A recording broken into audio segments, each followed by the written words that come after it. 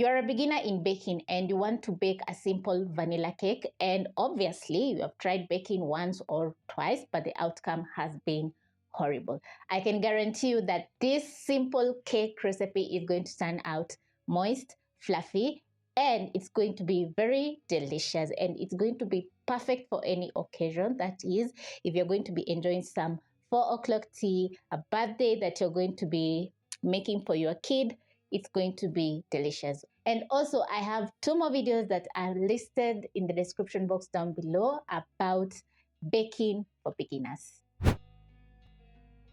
You're going to start off by preheating your oven at 180 degrees Celsius for 10 minutes. Then you're going to prep up your tin, ready to add in your butter. This is a 1 kg cake recipe, which needs very minimal ingredients, which you're going to find listed in the description box down below. So I'm going to be showing you how to prep a tin, and I have a round shape, a rectangular shape. You can use any tin that you have in the house, whether it's a heart shaped or even a square shaped tin. So you're going to scoop out a little bit of the margarine that you're going to be using for baking. Then using a kitchen serviette or your clean fingertips, you're going to spread in the butter on all sides.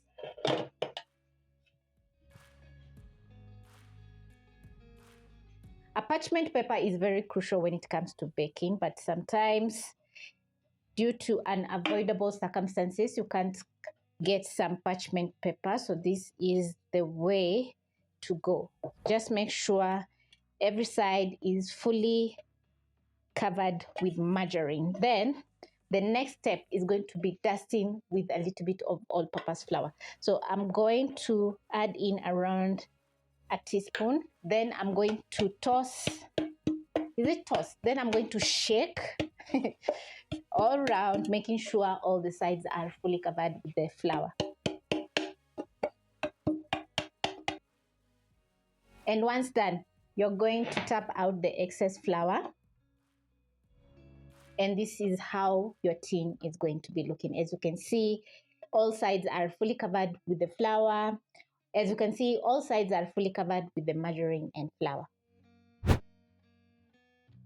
Next, you're going to add in 1 cup of margarine into a bowl. You can substitute with softened butter, which is going to add in a very nice buttery taste to the cake. But I find that margarine is budget friendly, which means that you can't miss out whipping up some delicious cake. Now, I get a lot of questions regarding what if I don't have a hand mixer to whip up my ingredients. You can substitute with a whisk or a spatula, which you can't miss in your kitchen. So I'm going to be whipping up my margarine for around a minute until soft. You'll notice that your margarine changes color from yellow to a pale yellow color after fully being whipped up.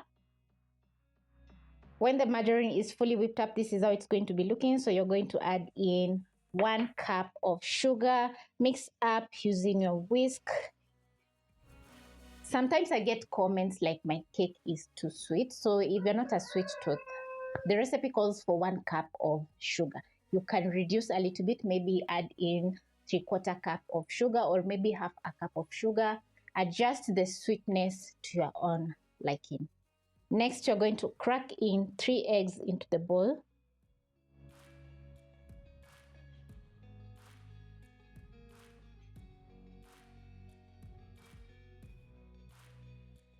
Because we're not using an electric whisk at this point to whip up the eggs, margarine, and sugar, you're going to need some strong arms.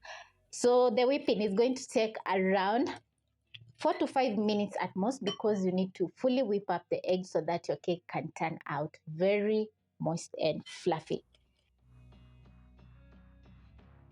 You'll notice that once everything is fully whipped up, the sugar has fully dissolved into the butter. So now you're going to proceed on to add in some flavor into your cake. So you'll need a teaspoon of vanilla essence, which is very crucial when it comes to baking. Add in a teaspoon of baking powder, which is going to help the cake rise while baking in the oven. Add in a 1/4 teaspoon of salt, which is going to balance the sweetness of the cake. Mix up the baking powder, vanilla, and salt into the butter, and immediately you're going to catch a very nice aroma from your butter, from the vanilla essence. Done with the hard part, which is creating air pockets in the butter. Now, you're going to be adding in 2 cups of all-purpose flour and 1 cup of milk into the rest of the ingredients. So you're going to be alternating, and I'm going to switch from a whisk to a spatula. Then I'm going to fold in the flour into the butter. When measuring flour for the recipe, make sure to use a standard cup baking tin to measure out the flour, and also don't pack the flour in because your cake is going to turn out very dense and dry, and you don't want that. So if you notice if you notice that your flour is lumpy, use a sieve so that you can get some smooth butter. So I'm going to add in the rest of the flour. Carefully fold into the butter. You don't want to knock out all the air pockets that you created for around 5 minutes manually. So now I'm going to add in the rest of the milk while I scrape my bowl to make sure all the dry and wet ingredients are fully combining.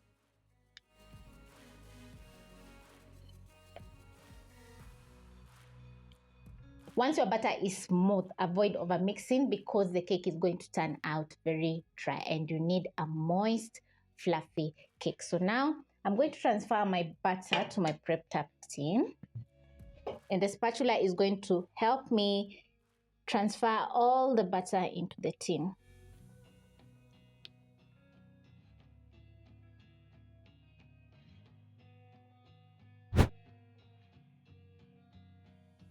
And once done, I'm going to level up my butter in the tin, making sure all the corners are fully covered with the butter. Tap on the countertop for around 2 times. This is going to level up the butter and also pop any air pockets in the butter. Now next, you're going to be baking at 180 degrees Celsius for around 50 minutes. And to check if your cake is ready, you're going to insert a skewer in the middle of the cake. Once the skewer comes out with no wet butter, your cake is ready. And here is a very nice tip for you. Don't open the oven door while the cake is baking because the hot air is going to escape and the cake is going to sink in the middle. And also you find that sometimes after 50 minutes your cake is not yet fully baked. So you can add in around 10 to 15 more minutes because oven vary from oven to oven and you want your cake to be perfectly baked.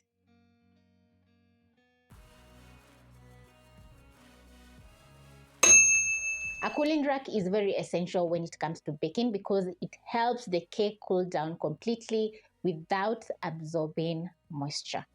So here's mine. My cake is ready and the kitchen has been smelling absolutely amazing. So now I'm going to pick my cake. Then I'm going to place on my cooling rack. Then next, I'm going to wait for around 10 minutes so that the cake can cool a little bit for me to invert on the cooling rack so that the cake can cool completely, which is going to take around 30 minutes to an hour.